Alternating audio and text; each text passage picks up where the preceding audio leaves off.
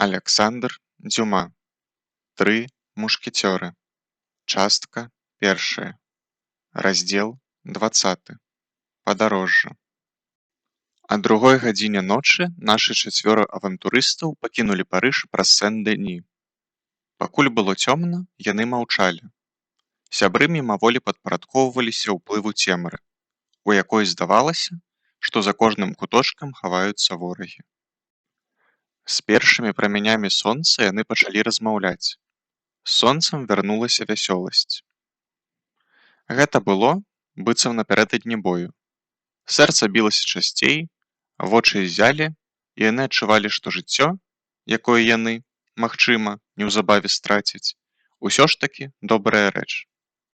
Да таго ж, выгляд іх атрада быў грозным. Чорныя коні мушкецёраў, іх ваенны выгляд і ўпэўнены маршавы крок гэтых высакародных спадарожнікаў выдавалі іх нават у самым строгім інкогніта. Лакеі ехалі ззаду, узброеныя да зубоў. Усё ішло добра да Шантыі, куды яны прыбылі каля 8 раніцы. Яны спыніліся ля гасцініцы, якая мела шыльду са святым Марцінам, што аддае палову свайго плашча бедняку. Маладыя людзі загадалі лакеям не сядлаць коней і трымацца напагатове да неадкладнага выезду. Яны ўвайшлі ў агульную залу і селі за стол. За тым жа сталом ужо сядзеў шляхціц, які прыехаў збоку да Мартэна, і снедаў. Ён пачаў размову пра надвор'е. Спадарожнікі адказалі. Ён выпіў за іх здароўе, і яны адказалі ўзаемнай ветлівасцю. Але калі мушкетон прыйшоў паведаміць, што коні гатовыя, і яны ўжо ўставалі за стала, незнаёмец прапанаваў Партосу выпіць за здароўе кардынала. Партос адказаў, што не супраць, калі незнаёмец, у сваю чаргу, вып'е за здароўе караля. Незнаёмец крыкнуў, што не прызнае ніякага іншага караля, акрамя яго правялебнасці. Партос назваў яго п'яніцай, і незнаёмец выхапіў шпагу. «Ты зрабіў глупства», — сказаў Атос, «але цяпер ужо нічога не зробіш. Забі яго і далучайся да нас як мага хутчэй». Трое зноў селі на коней і хутка паехалі, пакуль Партос абяцаў свайму праціўніку пракалоць яго ўсімі вядомымі ў фехтаванні уколамі. «Аднаго ўжо няма», — сказаў Атос праз 500 крокаў. «Але чаму гэты чалавек напаў менавіта на Партоса, а не на аднаго з нас?» — запытаў Араміс. «Бо Партос выгаварыў гучней за ўсіх, і той палічыў яго за галоўнага», — сказаў Д'Артаньян. «Я заўсёды казаў, што гэты кадэт з Гасконі — крыніца мудрасці», — прамармытаў Атос, і падарожнікі працягнулі свой шлях. У Баве яны затрымаліся на 2 гадзіны, каб даць каням адпачыць і пачакаць Партоса. Але, паколькі Партос не з'явіўся, і ніякіх навін пра яго не было, яны рушылі далей. Праз лье ад Баве, дзе дарога ішла паміж 2 высокімі схіламі, яны натрапілі на 8 ці 10 мужчын, якія, здавалася, рылі ямы і засыпалі каляіны брудам. Араміс, не жадаючы пэцкаць боты ў гэтым штучным глеі, даволі рэзка звярнуўся да іх. Атос хацеў утрымаць яго, але было ўжо позна. Працаўнікі пачалі кпіць спадарожнікаў і сваёй нахабнасцю вывелі з раўнавагі нават халаднакроўнага Атоса, які штурхнуў каня на аднаго з іх. Тады кожны з гэтых людзей адступіў да рова і выцягнуў з яго схаваныя мушкеты. У выніку нашыя 7 апынуліся пераўзыдзенымі па ўзбраенні. Араміс атрымаў кулю ў плячо, а мушкетон яшчэ адну, у мяккую частку ніжэй спіны. Ад гэтага мушкетон упаў з каня. Не таму, што рана была сур'ёзная, а таму, што ён не бачыў яе і палічыў, што яна смяротная. «Пастка!» — закрычаў Д'Артаньян. «Не марнуйце порах! Наперад!» Араміс, хоць і паранены, учапіўся за грыву свайго каня, які панёс яго разам з іншымі. Конь мушкетона дагнаў іх і галопам рушыў побач са спадарожнікамі. «Ён паслужыць нам як запасны», — сказаў Атос. «А я б лепш меў капялюш», — сказаў Д'Артаньян. «Мой збіла мушкетная куля.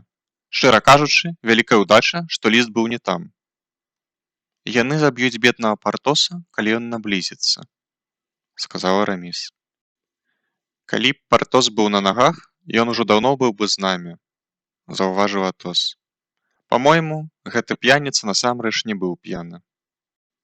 Яны ехалі на поўнай хуткасці яшчэ 2 гадзіны, хоць коні былі настолькі стомленыя, што існаваў страх. Яны не вытрымаюць і спыняцца. Сябры выбралі другарадныя дарогі, спадзеючыся пазбегнуць перашкод, але ў крывікёры Араміс заявіў, што больш не можа ехаць. І сапраўды, толькі яго мужнасць, схаваная пад вытанчанай знешнасцю, дазволіла яму праехаць столькі. Ён бялеў з кожнай хвілінай, і таварышы былі вымушаныя падтрымліваць яго ў сядле.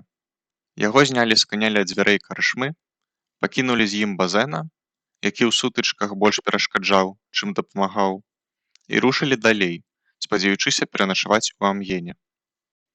«Халера!» – выгукнуў Атос, як толькі яны зноў паехалі. «Нас засталося толькі двое, і двое слуг, Грымо і Планшэ. Халера! Я не стану іх дуранём, зуб даю. Не адкрыю рота і не выцягну шпагі да самага кале. Клянуся!» «Не губляй часу на клятвы!» – сказаў Д'Артаньян. «Лепш шпоры ў бакі, калі нашыя коні яшчэ здольныя бегчы». І сябры ўгналі шпоры ў бакі сваіх каней. Тыя, адчуўшы імпульс, зноў набралі сілу. Яны прыбылі ў Амьен апоўначы і спыніліся ў гасцініцы «Залатая лілея». Гаспадар выглядаў як самы сумленны чалавек на зямлі. Ён сустрэў іх з падсвечнікам у адной руцэ і з баваўнянай шапкай у другой. Ён прапанаваў падарожнікам па чароўным пакоі, але, на жаль, гэтыя пакоі былі на процілеглых канцах гасцініцы. Д'Артаньян і Атос адмовіліся. Гаспадар сцвярджаў, што іншых вартасных няма, але яны настаялі і абралі агульны пакой, дзе папрасілі пакласці матрацы на падлогу. Давялося згадзіцца. Яны толькі скончылі рыхтаваць пасцелі і забарыкадавалі дзверы, як нехта пастукаў у акно двара. Яны запыталіся, хто там, і, пазнаўшы галасы сваіх лакеяў, адчынілі. Гэта былі Планшэ і Грымо. «Грымо паклапоціцца пра коней», – сказаў Планшэ. «А я, калі вы не супраць, панове, буду спаць поперак дзвярэй. Тады ніхто не зможа прайсці да вас». «А на чым жа ты будзеш спаць?» – спытаў Д'Артаньян. «Вось мая пасцель», – адказаў Планшэ, дастаючы пук саломы. «Ну што ж», – сказаў Д'Артаньян, – «ты маеш рацыю. Твар гаспадара мне зусім не даспадобы. Занадта ўжо ветлівы». «І мне таксама», – дадаў Атос. Планшэ ўлез у пакой праз акно і ўладкаваўся папярок дзвярэй, а Грымо зачыніўся ў стайні, абяцаючы, што да 5 раніцы ўсё будзе гатова. Ноч прайшла спакойна. Каля 2 гадзіны нехта спрабаваў адчыніць дзверы, але Планшэ адразу прачнуўся і крыкнуў, хто ідзе. Нехта адказаў, што памыліўся і сышоў. А ўжо о 4 яны пачулі жудасны крык у стайні. Грымо спрабаваў разбудзіць стайнікаў, а тыя збілі яго. Калі сябры адчынілі акно, то ўбачылі беднага слугу, які ляжаў без прытомнасці, з галавой, расцятай ударам віламі. Планшэ сышоў у двор і паспрабаваў запрагаць коней, але ўсе яны былі стомленыя. Конь Мушкетона, які напярэдадні праехаў 5 ці 6 гадзін без вершніка, яшчэ мог бы працягнуць шлях. Але па невытлумачальнай памылцы ветэрынара, якога, відаць, выклікалі, каб пусціць кроў аднаму з гаспадарскіх коней, ён пусціў кроў каню Мушкетона. Сітуацыя пачынала надакучваць. Усе гэтыя паслядоўныя выпадкі маглі быць простым збегам акалічнасцяў, але таксама маглі быць вынікам змовы. Атос і Д'Артаньян выйшлі на вуліцу, а Планшэ быў пасланы даведацца, ці не прадаюцца дзе-небудзь паблізу 3 коні. Ля дзвярэй карчмы стаялі 2 свежыя, моцныя, цалкам абсталяваныя коні. Якраз тое, што ім было трэба. Ён спытаў, чые гэта коні, і яму адказалі, што іх уладальнікі заночылі ў гатэле і цяпер разлічваюцца з гаспадаром. Атос пайшоў плаціць рахунак, пакуль Д'Артаньян і Планшэ заставаліся ля ўваходу. Гаспадар быў у ніжнім пакоі на заднім двары, куды і папрасілі прайсці Атоса. Атос увайшоў без найменшай падазронасці і выняў 2 пістолі, каб аплаціць рахунак. Гаспадар сядзеў за сталом, адна з шуфлядаў якога была напалову адкрытая. Ён узяў грошы, якія Атос прапанаваў яму, і, доўга круцячы іх у руках, раптам закрычаў, што гэта фальшыўка, і што ён зараз выкліча гвардыю, каб арыштаваць яго і яго таварышаў як фальшываманетчыкаў. «Ты, подлае насенне!» — крыкнуў Атос, набліжаючыся да яго. «Я табе зараз вушы адрэжу!» У той жа момант з бакавых дзвярэй уварваліся 4 ўзброеных людзей і накінуліся на Атоса. «Я трапіў у пастку!» — закрычаў Атос, што было сілы. «Едзь, Д'Артаньян! Шпоры, шпоры!» І ён стрэліў з абодвух пісталетаў. Д'Артаньян і Планшэ не сталі чакаць паўтору. Яны развязалі абодвух каней, што стаялі ля ўваходу, узляцелі на іх, уткнулі шпоры і панесліся поўным галопам. «Што з Атосам?» — спытаў Д'Артаньян у Планшэ, калі яны скакалі. «Ах, пане!» — адказаў Планшэ. «Я бачыў, як пры кожным стрэле хтосьці падаў, і мне здалося праз шкляныя дзверы, што ён яшчэ біўся мячом з астатнімі». «Смелы Атос!» — прашаптаў Д'Артаньян. «І думаць толькі, што нам даводзіцца пакідаць яго. Магчыма, нас чакае тое ж ужо праз 200 крокаў. Наперад, Планшэ, наперад, ты малайчына!» «Як я вам і казаў, пане, — адказаў Планшэ, — пікардійцаў трэба выпрабоўваць у справе. Да таго ж, я тут у сваёй мясцовасці. Гэта мяне натхняе». Абодва, не шкадуючы шпораў, дабраліся да Сент-Умэра, не спыняючыся. Там яны крыху далі адпачыць коням, утрымліваючы цуглі пад пахамі на выпадак нападу, і перакусілі, седзячы на вулічным каменні, пасля чаго зноў рушылі ў шлях. За 100 крокаў ад брамы Кале конь Д'Артаньяна паваліўся і не мог больш падняцца. З вачэй і з ноздраў цякла кроў. Заставаўся яшчэ конь Планшэ, але той рэзка спыніўся і ні за што не хацеў рухацца далей.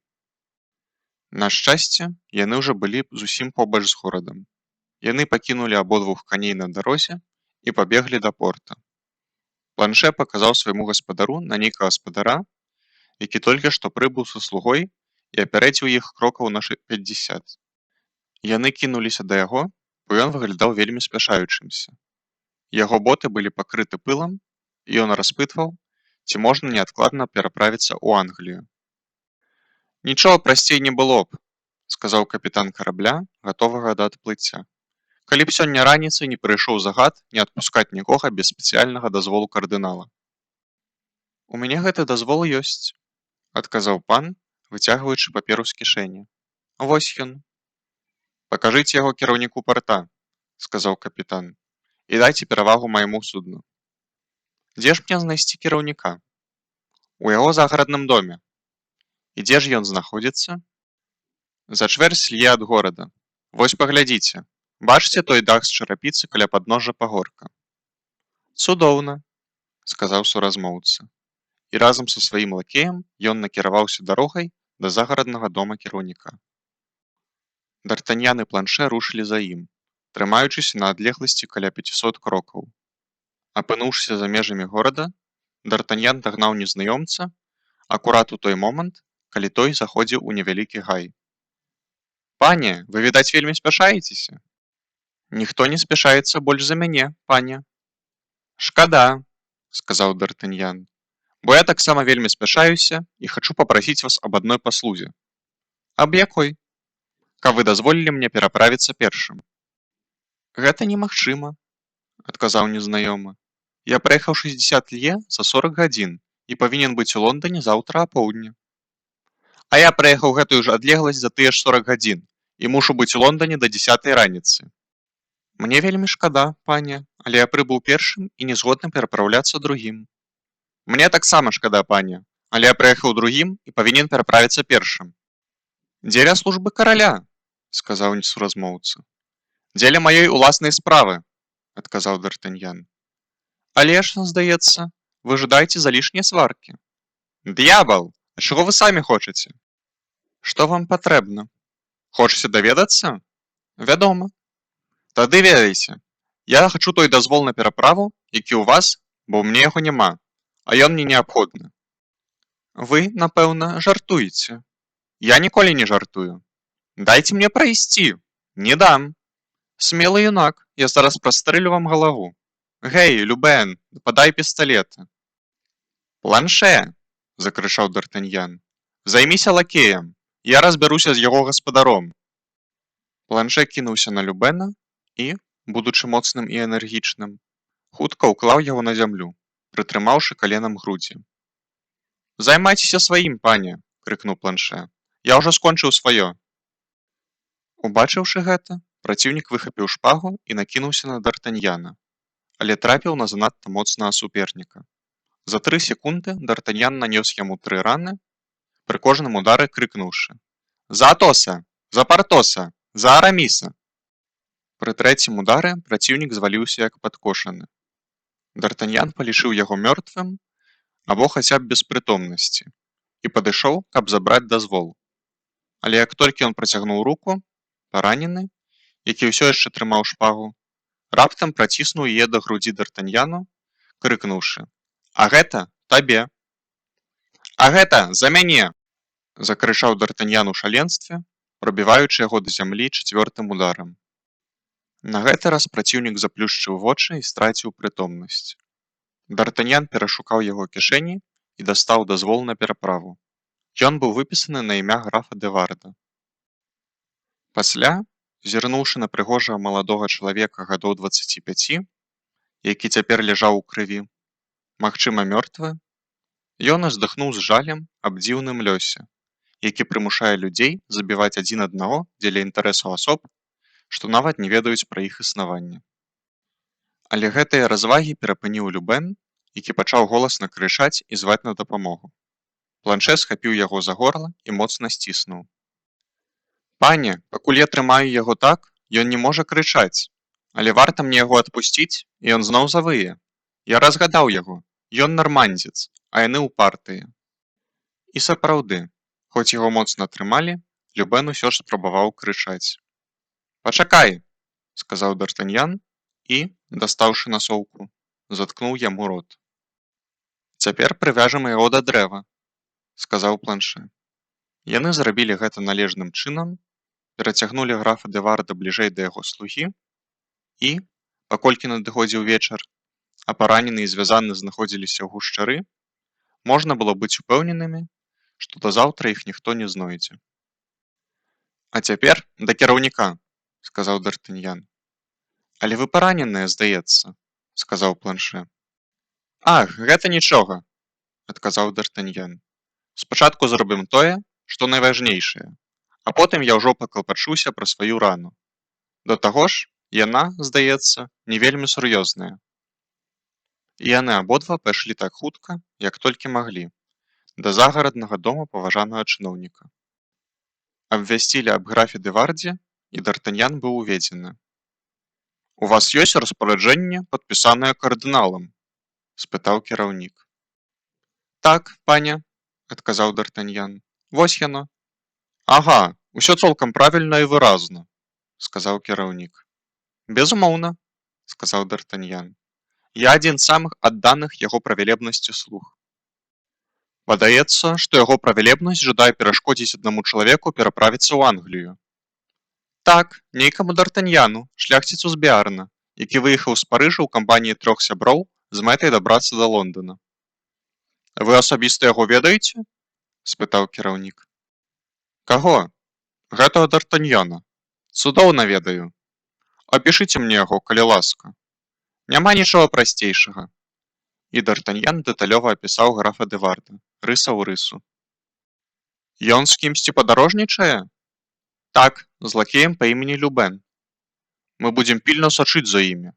І калі яны нам трапяцца, яго правілебнасць можа быць упэўнены, што іх адправяць назад у Парыж пад добрым канвоем». «І зрабіўшы гэта, пане кіраўнік, — сказаў Д'Артаньян, — вы заслужыце падзяку кардынала». «Вы ўбачыце яго павяртанне, пане граф?» «Безумоўна. Перадайце яму, прашу вас, што я яго пакорлівы слуга». «Не забудуся». Заслужыўшы такую прыхільнасць, кіраўнік паставіў візу на дазволе і перадаў яго Д'Артаньяну. Д'Артаньян не губляў часу на лішнія ветлівасці. Падзякаваў, пакланіўся і выйшаў.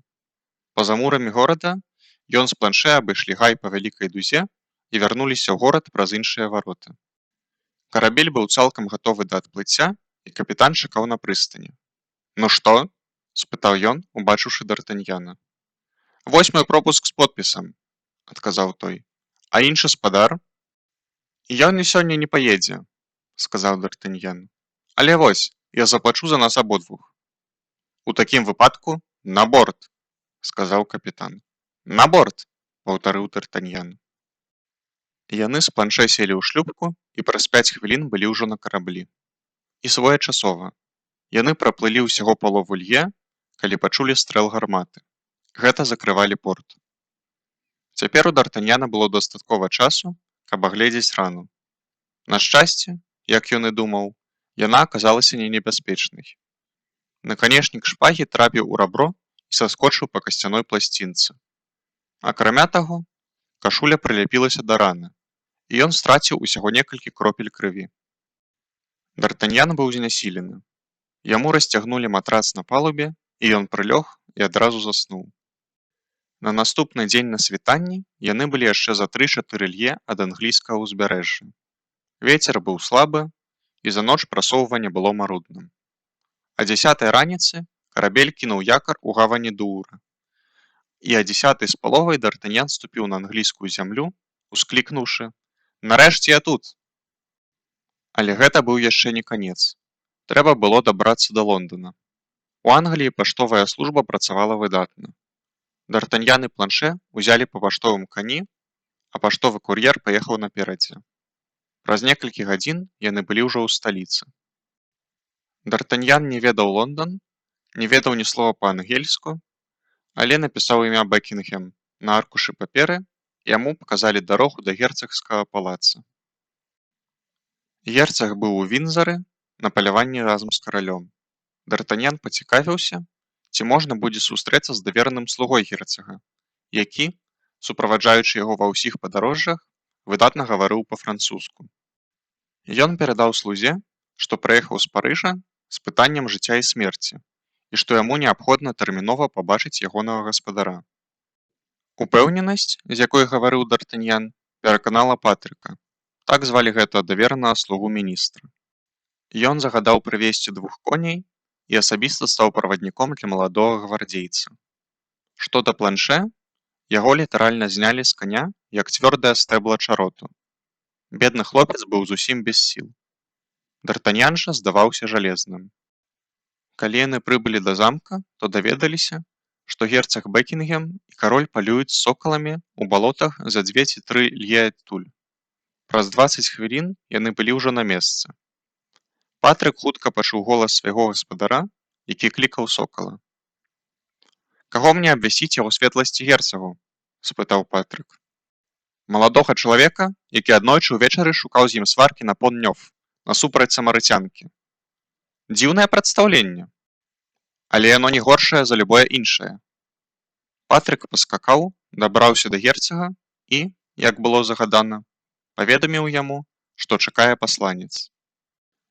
Бекінгем адразу ўспомніў выпадковае сутыкненне і, западозрыўшы, што ў Францыі адбываецца нешта важнае, пра што яму трэба даведацца, спытаў толькі, дзе чакае пасланец.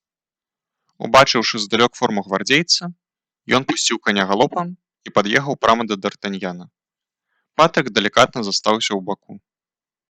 «З каралевай нешта здарылася?» – закрычаў Бекінгем, ледзь толькі пад'ехаў, уклаўшы ў гэтае пытанне ўсю сваю трывогу і каханне. «Думаю, не, як мне здаецца, але і пагражае вялікая небяспека, і толькі вашая светласць можа яе выратаваць». «Я?» – закрычаў Бекінгем. «Што здарылася? Я быў бы шчаслівы дапамагчы ёй. Гаварыце, гаварыце». «Вось ліст», – сказаў Д'Артаньян. «Ліст? Ад каго?» «Думаю, ад яе вялікасці». «Ад яе вялікасці?» – сказаў Бекінгем, так пабялеўшы, што Д'Артаньян падумаў, быццам той вось-вось страціць прытомнасць, пакуль разрываў пячатку. «Што гэта за дзірка?» – спытаў ён, паказваючы на месца, дзе ліст быў праколаты. «Ах!» – сказаў Д'Артаньян. Я не заўважыў. Гэта шпага яго светласці графа Дэварда, калі ён даў мне добры ўкол у грудзі. Вы паранены? Спытаў Бекінгем, распечатваючы ліст. Нічого сур'ёзнага, адказаў Д'Артаньян. Божа, што я толькі што прачытаў? Усклікнуў герцаг.